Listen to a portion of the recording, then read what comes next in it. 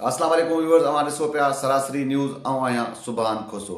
Viewers, Pakistan की मेज़बानी हेठ OIC जो इजलास पार्लियामेंट हाउस में थियो। उन इजलास में 70 मुल्कन के जो वज़ीर ख़ारजा ऐं ॿियनि वफ़दन उन इजलास में शिरकत कई। उन मौके ते पाकिस्तान के वज़ीर आज़म इमरान खान पंहिंजे ख़िताब में चयो त अफ़गानिस्तान जी सूरत हाल आहे उहा इंतहाई ख़राब आहे ऐं सॼी दुनिया के अफ़गानिस्तान के इन अहम मसइले ते ध्यानु ॾियणु घुरिजे, छाकाणि त अफ़गानिस्तान जेके अवाम आहे उहा सख़्तु ॾुखियाईनि खे मुंहुं ॾिए पई। उन्हनि वटि खाद खुराक जी बि खोट आहे, सिहत जा जेके मामलात आहिनि उन्हनि दवाउनि जी बि उन्हनि खे ज़रूरत आहे। तालीम जेको निज़ाम आहे अफ़गानिस्तान जो उहो तबाह हाल आहे। जेके अफ़गान जेका ॿार आहिनि उनजी तालीम बि मुतासिर थिए पई ऐं सियारे जी मौसम आहे, तंहिंजे करे जेका थधि आहे उनखे गरम कपिड़नि जी बि ज़रूरत आहे।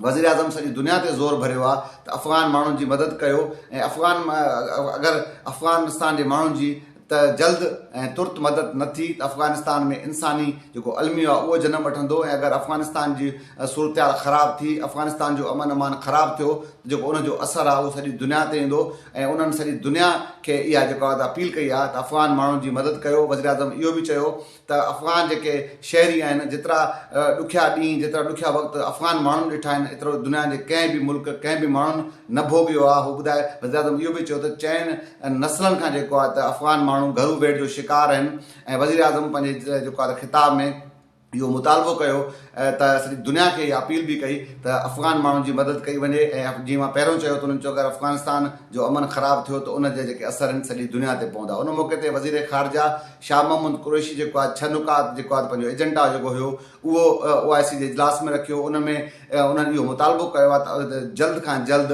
अफ़गान माण्हुनि खे तालीम, सिहत ऐं उनखां खाद खुराक समेत जेके ॿिया उनजा मसइला आहिनि उनखे तरजीहात जी बुनियादनि ते जेको आहे हल कयो वञे। जेके इजलास में जेके मुल्क शरीक थिया उन्हनि खे उन्हनि अपील कई त जल्द खां जल्द अफ़गान माण्हुनि जी मदद कई वञे। उन मौके ते जीअं मां पहिरियों ॿुधायो त 70 जेका मुल्कनि जे वज़ीर ख़ारजा ऐं ॿियनि वफ़दनि शिरकत कई, पर ख़ासि तौर ते जेको सऊदी जो जेको वज़ीर ख़ारजा हो उन पंहिंजे ख़िताब में पाकिस्तान जे इन अमल खे साराहियो ऐं उन्हनि चयो त पाकिस्तान तमामु बहितरीनु फ़ैसिलो कयो आहे ऐं वक़्ताइतो फ़ैसिलो कयो आहे। अफ़गान माण्हुनि जी मदद जे लाइ जेको OIC जो इजलास घुरायो आहे ऐं उन मौके ते जेको सऊदी जो वज़ीर ख़ारजा हो उन 1 अरब रियाल जेको आहे अफ़गान माण्हुनि जी मदद जे ॾियण जे लाइ ऐलान बि कयो।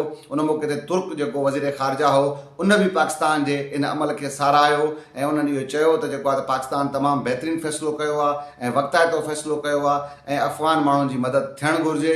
जेके बि इन इजलास में जेके वफ़द शरीक थिया उन्हनि सभिनी इहो ई मुतालबो वरजायो त अफ़गान माण्हुनि जी मदद कई वञे ऐं दुनिया खे अफ़गान माण्हुनि जी मदद जे लाइ अॻिते अचणु घुरिजे। जीअं मां पहिरियों चयो त अगरि अफ़गानिस्तान सभिनी इन ॻाल्हि ते मुतफ़िक़ भी नज़र आया त अगरि अफ़गानिस्तान की सूरत हाल ख़राब थी तो उनजा जेके असर आहिनि उहे सॼी दुनिया ते पवंदा। हिकु तरफ़ इहो जेको OIC जो इजलास आहे, ॿिए पासे जेको आहे त अपोज़िशन जेके जमायतूं आहिनि उहे इन हुकूमत जे इन अमल ते तनक़ीद बि कंदे नज़र अचनि पियूं। इहो बि चयो वञे थो त जेके पंहिंजे मुल्क जा जेके हालात आहिनि उहे बि इंतहाई ख़राब आहिनि, पंहिंजे माण्हुनि खे बि मदद जी ज़रूरत आहे। महांगाई जे जेके मामलात आहिनि हुकूमत खे उन तरफ़ बि ध्यानु ॾियणु घुरिजे, बजाए जो हुकूमत ॿियनि पासनि ते जेको आहे ध्यानु ॾिए पई, पर जेके पंहिंजे माण्हुनि जा मामलात आहिनि उन तरफ़ बि हुकूमत खे ध्यानु ॾियणु घुरिजे। अॼु इन प्रोग्राम जी सुभाणे वरी कंहिं ॿिए इशू के ॿिए माण्हू मुलाक़ात थींदी। अल्लाह भाई।